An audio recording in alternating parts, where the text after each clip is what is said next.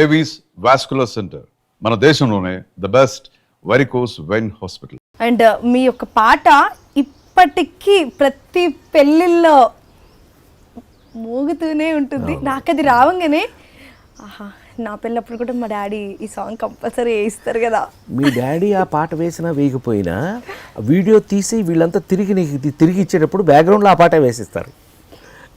శ్రీరస్తు శ్రీరస్తు శుభమస్తు అని బాగా అదే మహానుభావులు కేవి మహాదేవన్ గారు, ఆరుద్ర గారు రాసిన ఆరుద్ర గారు, బాపు గారు, రమణ గారు, అందుకే వాళ్ళు మహానుభావులేమో.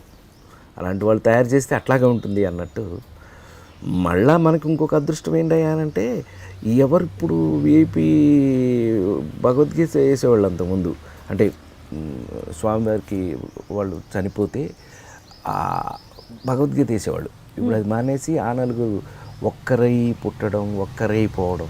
విఐపీలందరికీ విఐపీ అని కాదు ఎవరిపైనా ఆ పాట వేసేస్తారు. సో గమ్మత్తు ఎక్స్ట్రీమ్స్ కదా ఇవన్నీ.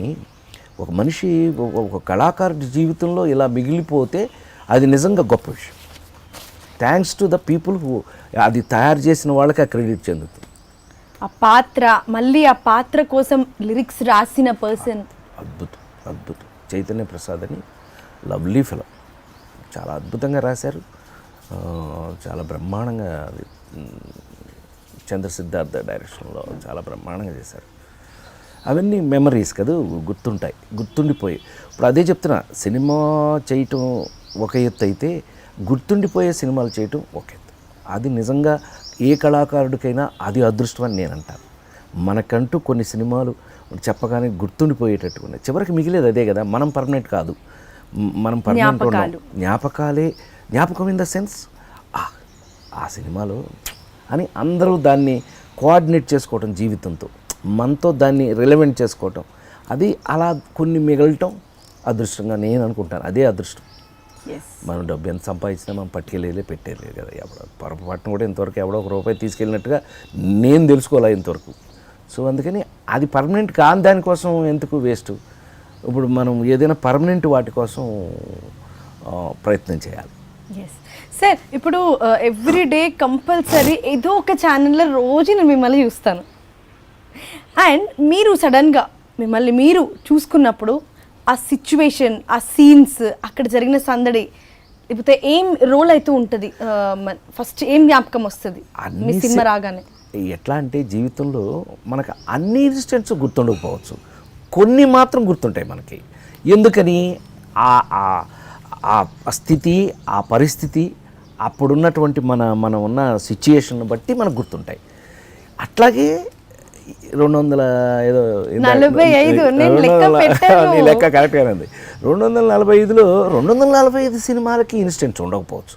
బట్ కొన్ని ఇప్పుడు lead style do or die పరిస్థితి. ఆ రోజు మనకి ఆ సక్సెస్ కాకపోతే ఆ సినిమా మనం వెళ్ళిపోవాలి. ఎందుకంటే అందులో సినిమా చేసాం, ఫ్లాప్ అయిపోయింది, మనం ఇంకా ఇండస్ట్రీ నుంచి వెళ్ళిపోతాం, ఇంకేముందిలే అయిపోయిందిలే మనకు అనుకునే పరిస్థితుల్లో మనం ఎట్లా కష్టపడ్డాం. దానికోసం ఎలా ఒక ఫైట్ ఎవరికి ఊరికే ఏది వచ్చిందంటే నేను నమ్మను. We have to fight for it. ఎంత కష్టపడి చేస్తే ఓ పక్కన మన కష్టం మనం పడుతుంటే ఆ సిచ్యుయేషన్లో కొన్ని కామెడీలు జరుగుతుంటాయి. మన కష్టం మనం పడతా ఉంటే అవతల దాని సిచ్యుయేషన్కి అది కొన్ని కామెడీలు అవి ఎలా గుర్తున్నాయి మనకి. అట్లా సినిమా చూస్తున్నప్పుడు ఇది చేస్తున్నప్పుడు అది జరిగింది కదా, ఇది చేస్తున్నప్పుడు అది జరిగింది కదా అని తప్పకుండా గుర్తొస్తుంది. సార్ ఇప్పుడు 2010 నుంచి 2020 మన 10-20 ఈ 10 yearsలో ప్రస్తుతం ఉన్న టాప్ హీరోస్తో ప్రతి ఒక్కరితో మీరు జర్నీ చేశారు, ఆల్మోస్ట్ అందరితో. సో అందరి గురించి ఒక్కొక్క లైన్లో నాకు అందరు కాదు, అందరూ ఇప్పుడున్న జనరేషన్కి అంటే ఎందుకు నేను సెపరేట్ చేయలేను అన్న దానికి నేను చెప్తా. ఎందుకనంటే అందరికీ కూడా ఒకే టైప్ ఆఫ్ ప్యాషన్ ఉంది. దే ఆర్ ఆల్ వాళ్ళందరూ కూడా సినిమాని ప్రేమించి వాళ్ళని ప్రేమించుకునేలాగా ఉన్నారు అందరూ. అందుకని ఎవరికి ఒక క్యారెక్టర్ అలాగా అంటానికి లేదు అసలు. అందరూ ఆ ఫైటింగ్ స్పిరిట్లోనే ఉన్నారు. Everybody are fighting for their positions. నాకు అది అందరిలో నచ్చిన కామన్ క్వాలిటీ. చాలా నిజంగా everybody is fighting for their own వాళ్ళ పొజిషన్స్కి వాళ్ళు నిజంగా మాకు ఒకరోజు మేము చేసే హీరోగా చేసేటప్పుడు ఒక బ్రాండ్ అని అంటే ఆ బ్రాండ్, ఇప్పుడు కామెడీ ఆ బ్రాండ్ అని అంటే నా పాటికి నేను వెళ్ళిపోతుండేవాడిని. ఒక చిరంజీవి గారు ఒక యాక్షన్ బ్రాండ్, ఒక యాక్షన్లో వెళ్ళిపోతూ ఉండేవాడు. ఇట్లా ఎవరి బ్రాండ్లో వాళ్ళు వెళ్తుండేవాళ్ళం. ఇప్పుడు అదంతా లేదు, ఆల్రౌండింగ్ వేసి కొడుతున్నారు బ్రహ్మాండంగా. మీరు చిరంజీవి గారు అనగానే నాకు మన మెగా సార్ ఒక పాయింట్ గుర్తొచ్చింది. మీరు సార్ రూమ్మేట్స్ అని విన్నాను, అది నిజమా కాదా? మేము రూమ్మేట్స్ కాదు, ఒకే ఇన్స్టిట్యూట్, ఫిల్మ్ ఇన్స్టిట్యూట్ ఒకటి. కాకపోతే రూమ్మేట్స్ కన్నా ఎక్కువగా కలిసి ఉండేవాళ్ళం, ఎప్పుడు కలిసే తిరుగుతుండేవాళ్ళం అందరం. వెరీ డాడీ సినిమా అప్పటి నుంచి నో హిట్లర్ అంతకు ముందు చాలా అసలు మంచు పల్లకి అందరం కలిపి చేసింది మంచు పల్లకి ఫస్ట్. చిరంజీవి గారు, నారాయణరావు గారు, సాయి చందు, నేను అందరం కలిపి 5 కలిపి చేసింది అసలు ఫస్ట్ వంశీ డైరెక్షన్ అది మంచు పల్లకి. సో మీ దగ్గర మీ ఎవరికి తెలియని సీక్రెట్ నా దగ్గర ఒకటి ఉంది. ఎక్కడ పట్టేశాను అండ్ అది చెప్పాలంటే కాస్త ఆగాల్సిందే. అండ్ ఏంటి సడన్ గా మీరు కౌబాయ్ ఉన్నట్టుండే కదా. కౌబాయ్ అంటే తిరుపతి వెళ్ళాము మొన్న, అంటే ఈ టోపీ ఎందుకు పెట్టారనే కదా నీ ఉద్దేశం. తిరుపతి వెళ్ళాము, తిరుపతి వెళ్తే వైకుంఠ ఏకాదశి నేను ఎందుకు వెళ్ళాను అని అంటే మా అబ్బాయి పుట్టింది వైకుంఠ ఏకాదశి రోజున 1982. అప్పుడు జనవరి 6 వచ్చింది. ఇప్పుడు మళ్ళీ వైకుంఠ ఏకాదశి జనవరి 6 వచ్చింది. అందుకని వాడిని తీసుకెళ్ళి వాడు నేను ఇద్దరం కలిపి స్వామివారికి ఇచ్చేసి తలనీలాలు ఇచ్చేసి, చాలా కాలం తర్వాత మంచి అవకాశం దొరికింది, ఇద్దరం తలనీలాలు ఇచ్చేసి వచ్చాం. మరి సినిమాలో కంటిన్యూ అందరికీ తెలిసిన సీక్రెట్ నువ్వు అడుగుతున్నావు. సినిమాలో మన బయట విగ్గులే కదా, రోజుకో రకంగా పెట్టుకోవచ్చు, ఎలా కావాలంటే అలా పెట్టుకోవచ్చు.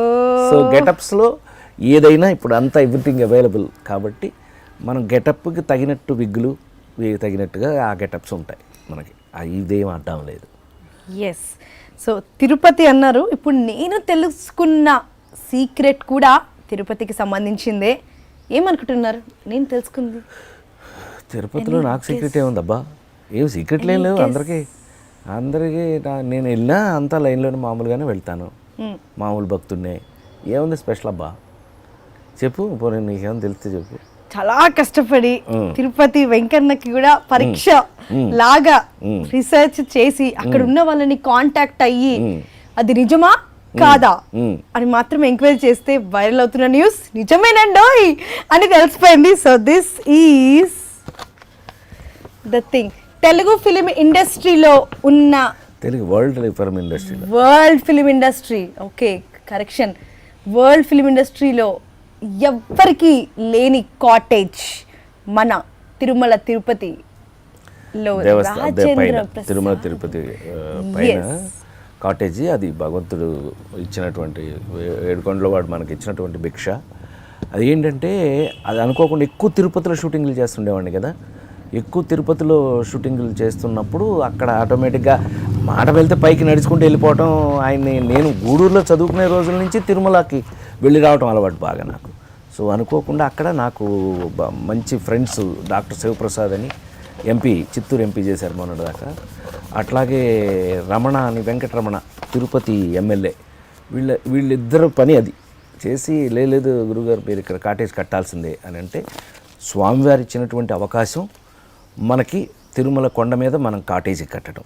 అయితే ఏంటంటే మనం ఉండగా మనం లేనప్పుడు కూడా పర్మనెంట్గా ఉండేదే ఇలాంటివి. మనం ఎంతకాలం ఉంటాం అంతే కదా, దాటిన తర్వాత ఉండం కదా. మనం వెళ్ళిపోయినా కూడా జీవితంలో మిగిలిపోయే కొన్ని మంచి విషయాలంటే ఇలాంటివి. And for more videos, please subscribe to iDream. Please subscribe to iDream. Please subscribe iDream. And please subscribe to iDream. For more videos, subscribe to iDream. please like, share and subscribe to the channel. Congratulations, iDream. Subscribe to iDream. Subscribe to iDream. So subscribe to iDream Media. iDream team అందరికి huge congratulations. Please subscribe iDream Media. Please subscribe to iDream. Subscribe iDream. Please subscribe to iDream. iDream అంటే నా కళల channel subscribe చేసుకున్న నోరు తిరుగుతలేదు, మీరైతే గంట గుర్తు కొట్టండి. For more such videos, please subscribe to iDream.